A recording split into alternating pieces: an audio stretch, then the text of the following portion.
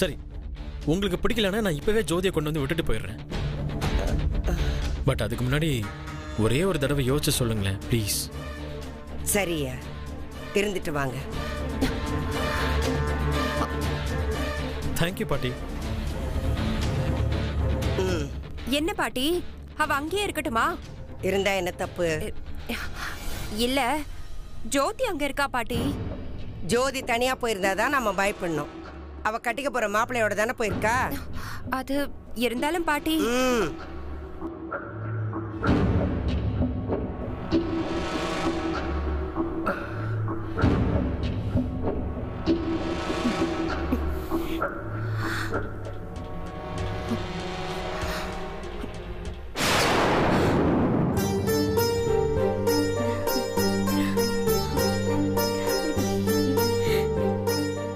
அடி நல்லா தானே செவந்திருக்கு. பாட்டி அவசரப்படாதீங்க, மதினி இருக்காங்கல்ல, முதல்ல அத பாக்கலாம்.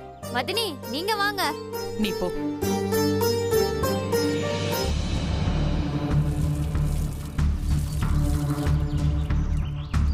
கொஞ்சம் கொஞ்சமா.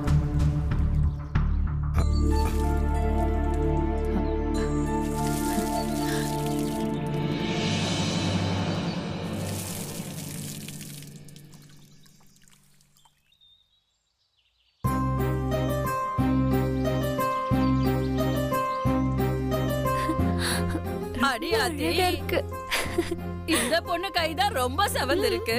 மருதாணி வச்சவன் உன் மேல ரொம்ப பாசம் வச்சிருக்கான்னு அர்த்தம்.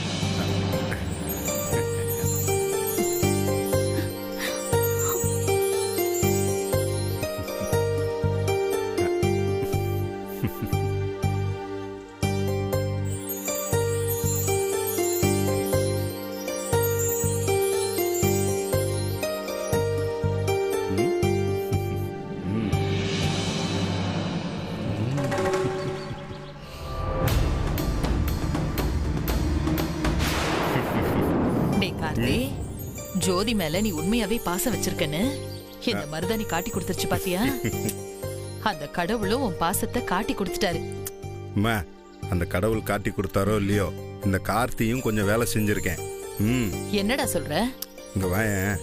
ஐஸ்வர்யா கை சவக்கணும்னு அந்த கோன்ல நம்ம சோபனா மருந்து கலந்து வச்சிருந்தா. விடுவானா உன் பையன்? அந்த கோன் எடுத்து நான் ஜோதிக்கு மருதாணி போட்டு விட்டேன். அடப்பாவி, அப்ப உண்மையாவே செவக்கலையா? மருந்துனாலதான் செவந்துச்சு நீ நினைச்சிட்டு இருக்க. அதே இது ஐஸ்வர்யா கையில போட்டிருந்தா என்ன ஆயிருக்கும்? ஜோதி மேல நான் எவ்வளவு அன்பும் பாசமும் வச்சிருக்கேன்னு இந்த மருந்து தான் காட்டி கொடுக்கணும்னு இல்ல, நானே போட்டிருந்தாலும் நல்லா தான் செவந்திருக்கும். விடு. இப்ப நம்புறேன்டா, நீ கண்டிப்பா ஜோதி கழுத்துல தாலி கட்டுவ. அவளுக்கும் மருதாணி வைக்கிறான், இவளுக்கும் மருதாணி வைக்கிறான். யாரதான் கட்டிக்க போறான்? ஒரே குழப்பமா இருக்கே. ஐயோ ஐயோ ஐயோ ஐயோ ஐயோ. வணக்கம் மாமா. பா பா. டேய், வந்தவங்கள வரவேற்காம என்னடா இங்க நின்னு புலம்பிட்டு இருக்க? அது இது வரவேற்கணுமா? போடா. வாங்க வாங்க. வணக்கண்ணே.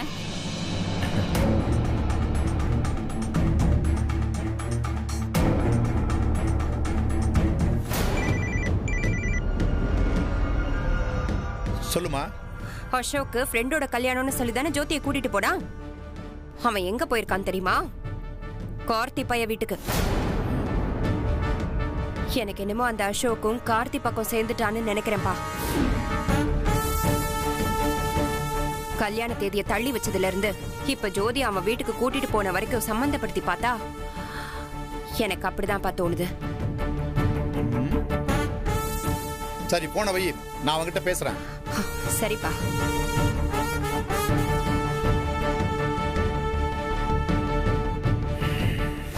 டேய், 2 நாளைக்கு கடை லீவு. கிண்ண பால்கோவெல்லாம் மண்டபத்துக்கு அனுப்பிடு. டேய் சுப்பு, இங்க வா. ஜிஎல் டச் கண்ணை ஃபோன் பண்ணப்பல. பட்டு சட்டை தச்சு ரெடியா இருக்கான், போய் வாங்கிட்டு வந்துரு. போய் சீக்கிரம். யாரு நம்ம போன் அடிக்கலையே, வேற யார் போன் அடிக்குது? இங்கதான் சத்தம் கேக்குது. அசோக்கு போன் ஆச்சே. யாரு இந்த நம்பர்? அட மாவட்டம். ஹலோ. என்ன மாப்பிள்ள, எங்க இருக்கிறீங்க? மாவட்டம், நீங்க பார்த்த மாப்பிள்ள ஜோதி கழுத்துல தாலி கட்ட போற மாப்பிள்ள வீட்டுல தான் இருக்காப்ல. யாருடா நீ? ஹலோ, இவ்வளவு தூரம் உன்னை அழகா மாவட்டம் கூப்பிடுறேன், இப்ப யார் தெரியவண்ணா?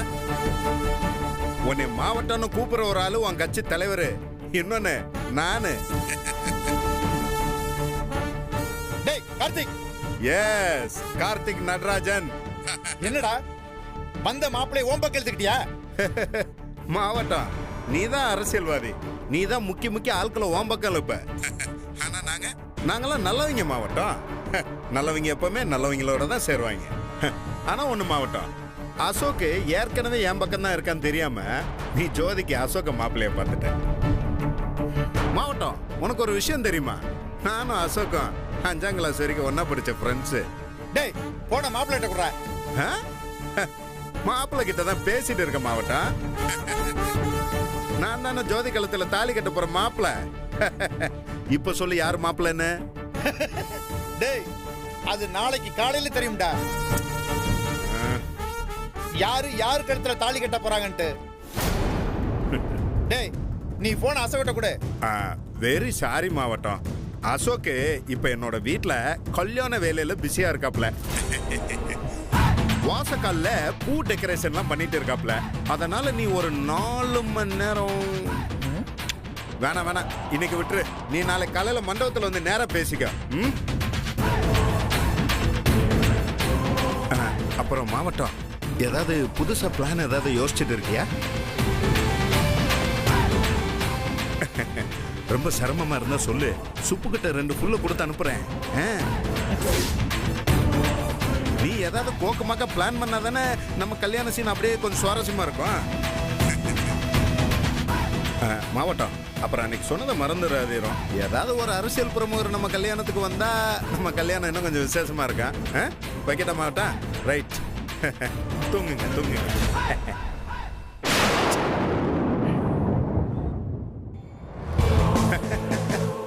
மாவட்டம் அப்பப்போ போனை போட்டு கொஞ்சம் விறுவிறுப்பை ஏற்றி விட்றாப்புல. இவனை லைன்லயே வச்சிருக்கணும்.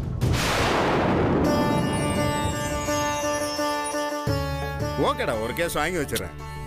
கார்த்தி, சீக்கிரம் போய் ரெடி ஆகுப்பா, நேரம் ஆகுதுல. சரிப்பா, இந்த ரெடியா இருக்கு. மாப்பிள்ள, நான் அப்புறமா உன்னை கூப்பிடுறேன். நீ என்னடா மண்ணு மாதிரி உட்காந்துருக்க? இந்த வீட்டுல எனக்கு அடுத்தது பெரியவன் நீ தானே? கொஞ்சம் பரபரப்பா இருக்க வேணா? கல்யாண வேலைகள் எவ்வளவு இருக்கு? இருந்து என்ன பண்ண, யார் எது கேட்டாலும் பதில் சொல்ல மாட்டேங்கிறாங்களே. ஐயோ சுபு, நீ என்ன பண்ற? உடனே மண்டபத்துக்கு போயிடு, சரியா? நம்ம சொந்தக்காரங்க யார் எந்தெந்த ரூம்ல தங்கணும்னு சொன்னேன்ல, அவங்க எல்லாரும் தங்க வச்சுட்டு அப்படியே அந்த சீர்வரிசை பாத்திரம் வைக்கிறதுக்கு நான் ஒரு ரூம் கேட்டிருந்தேன். அந்த மண்டப மேனேஜர் தரேன்னு சொல்லியிருக்காரு. மறக்காம அந்த ரூமோட கீ வாங்குங்க. சரசு, என்னம்மா பேசிட்டு இருக்க? ஐஸ் போய் ரெடியான்னு பாரு. ஐஸ் அப்பவே ரெடி ஆயிட்டானே. சரி, இப்ப கூட்டிட்டு வா. கண்ணனை போய் ஹெல்ப் பண்ணு. போ, ஒரு நிமிஷம் இரு, இதோ வரேன். ஐஸ் கூட்டிட்டு வா. ஜெயமா இல்ல ஜோதி, இங்க பாரு. சொன்னா என்ன மசமசன் உட்காந்து பேசிட்டு இருக்க நீ? நேரம் ஆகுதுல, கிளம்பணும். ஜோதி இப்படிதான், இவ்வளவு கொஞ்சம் சீக்கிரம் கிளம்ப சொல்லு. ஐயோ, ஏங்க பதட்டப்படுறீங்க? எல்லாம் ரெடியா இருக்கு, அப்படியே போக வேண்டியதான். பூஜையை முடிச்சிட்டு கிளம்பிடலாங்க. ஓ, மறந்துட்டல. சூப்பர், அப்பா சாமி கும்பிட்டு போயிடலாம். எல்லாரும் சீக்கிரம் வாங்க. நீ வா ஜோதி, வா.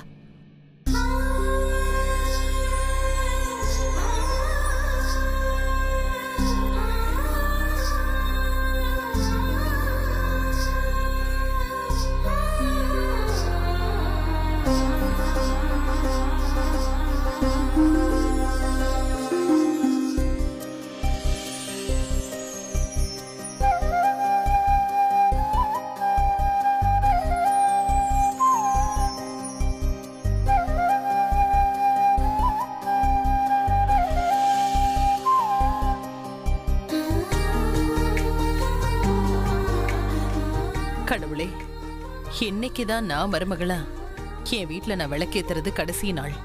நாளையில இருந்து என் மருமக தான் வந்து விளக்கேத்துவா. என் மருமகளா ஜோதி தான் விளக்கேத்தணும்.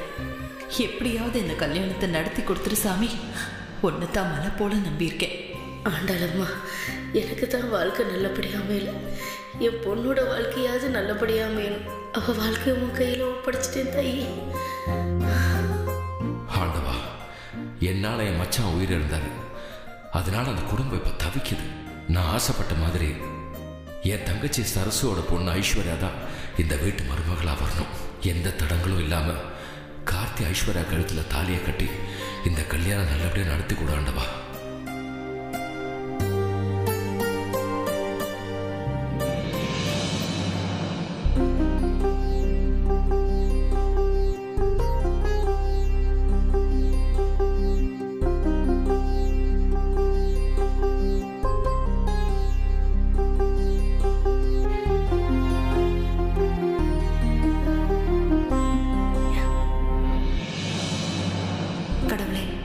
இந்த கல்யாணம் மட்டும் நல்லபடியா நடந்துட்டா 2 குடும்பமும் ஒன்று சேர்ந்துரும். இது நல்லபடியா நடத்தி வைப்பா. ஆண்டவா, நான் ஜோதி கழுத்தில் தாலி கட்டினாதான் இந்த 2 குடும்பமும் ஒன்றும் சேரும். அதில் எந்த பிரச்சனையும் வரக்கூடாது ஆண்டவா. சரி, எல்லாரும் மண்டபத்துக்கு கிளம்பலாமா? வாங்க.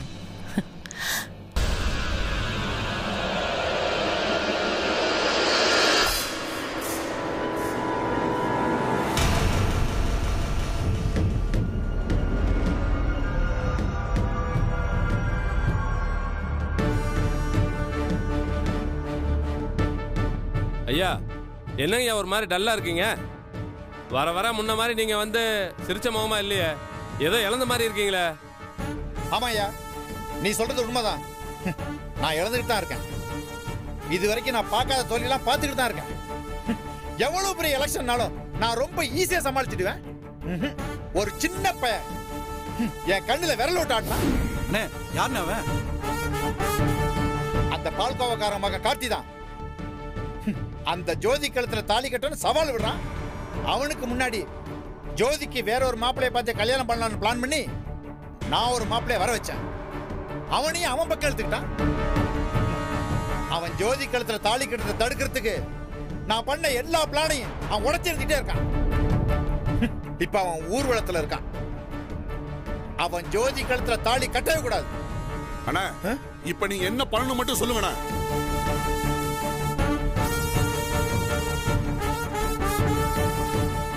அவன் மண்டபத்துக்கே போகக்கூடாது.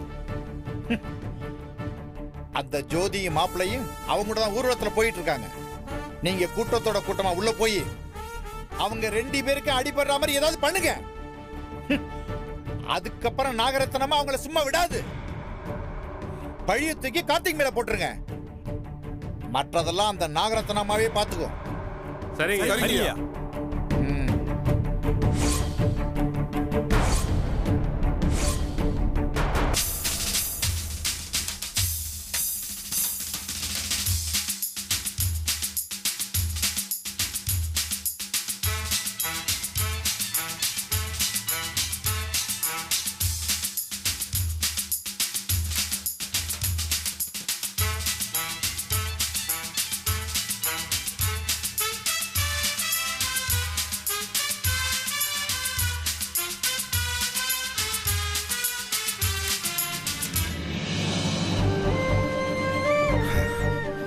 இன்னும் 14 மணி நேரத்தில் நீ என் பொண்டாட்டி ஆயிடுவ. அதுக்கப்புறம் உன்னை மறைஞ்சு மறைஞ்சு லவ் பண்ணாம உன் கண்ணு முன்னாடி வந்து நின்று லவ் பண்ணுவேன். ஐ லவ் யூ ஜோதி. கூப்பிட்டீங்களா? இல்லையே, நான் அதுவும் சொல்லலை.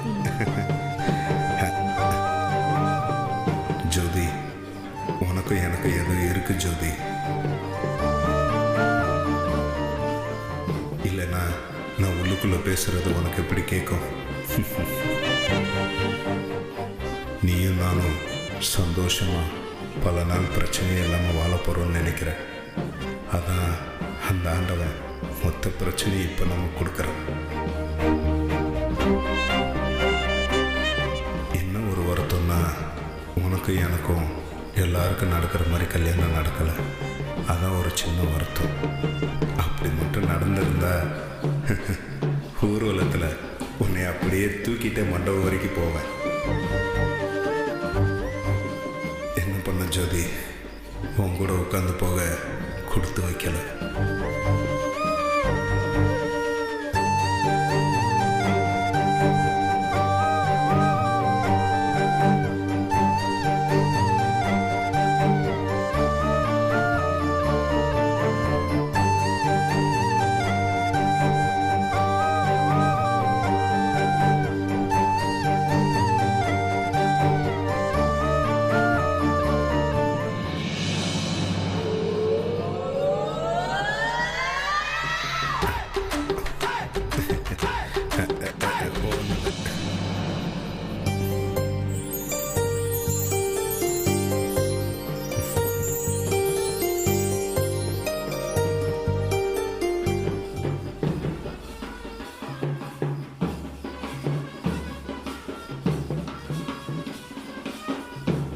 முடிச்சிட்டு அதுக்கப்புறமா ஒண்ணு இல்ல மாமா, கால லைட்டா ஏமா ஊர் ஒருத்தர் நடந்துட்டு வர, பேசாம ஒண்ணு பண்ணு, வண்டியில முன்னாடி உட்காந்துட்டு வா.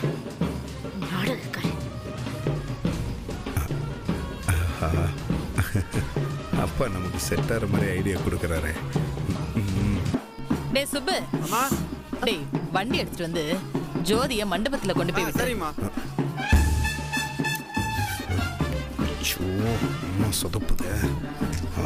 ஐயோ வேணாம், அதெல்லாம் வேணாத்த, பரவாயில்ல, வலியெல்லாம் இல்ல, நான் நடந்தே வரேன். இல்ல ஜெயம்மா, ஜோதி வண்டியில ஏங்க வந்துமே. சும்மா இருங்க, எல்லாம் எனக்கு தெரியும். அவ முன்னாடி மண்டபத்துக்கு போட்டும். டேய் சுப்பு, நீ கூட்டிட்டு போ. ஐயோ அத்தை, இல்ல அத்தை, பரவாயில்ல, நானும் உங்களோட நடந்தே வரேனே. நீ கார்லயே வரலாமே. இல்ல மாமா, இந்த மாதிரி நான் போனதே இல்ல, நானும் வரேனே, எனக்கு ஒண்ணும் இல்ல. வாங்க போலாம். எனக்கு ஒண்ணும் இல்ல அத்தை, வாங்க. என்னடா மொத்தமா பேசி கெடுத்து விட்டுருப்ப. சும்மா இருமா. நீ சொன்னது இந்த காரையாடா? சாரிடா கார்த்தி.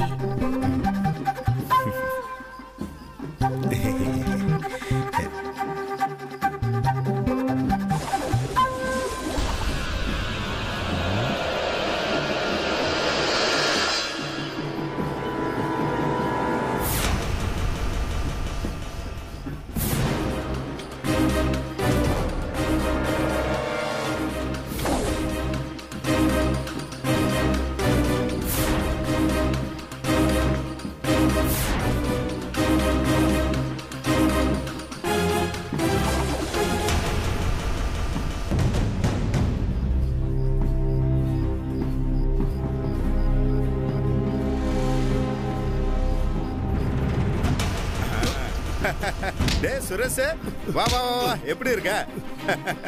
என்ன இந்த பக்கம்? என்னப்பா கல்யாணத்துக்கு எவ்வளவு லேட்டா வர்றது? என்னப்பா வெளியூர்ல இருந்து நிறைய பேர் வந்திருக்கீங்க? பாரியா, மீசா பங்காளி எல்லாம் வந்திருக்கு. யோ சித்தப்பே, சொல்றா என்ன சித்தப்ப நீ கூட்டத்துல என்ன கவனிக்கிற? வெளியூர்ல இருந்து நம்ம அங்காளி பங்காளி எல்லாம் வந்திருக்காங்க, அவங்க எல்லாம் கவனிக்க இல்ல. கவனிச்சேன், இவங்களை கவனிக்க நான் ஒருத்தன் பத்தாது இல்ல. அப்படியா? அத சொல்லு. டேய் சுப்பு, நானே ரெடினே. வாடா, சித்தப்பு கூட சேர்ந்துக்க. இந்த நம்ம அங்காளி பங்காளி எல்லாம் வந்திருக்காங்க, எல்லாம் சேர்ந்து கவனிங்க. போ. இந்த குடி. ஏய் இரு இரு இரு, போன் அடிக்குது. பரவாயில்ல சுரேஷ், நான் பேசிக்கிறேன், நீ போ. ஹலோ. டேய் என்னடா, முடிஞ்சதா இல்லையா? முடிஞ்சிருச்சு மாவட்டம். I am Karthik Natarajan.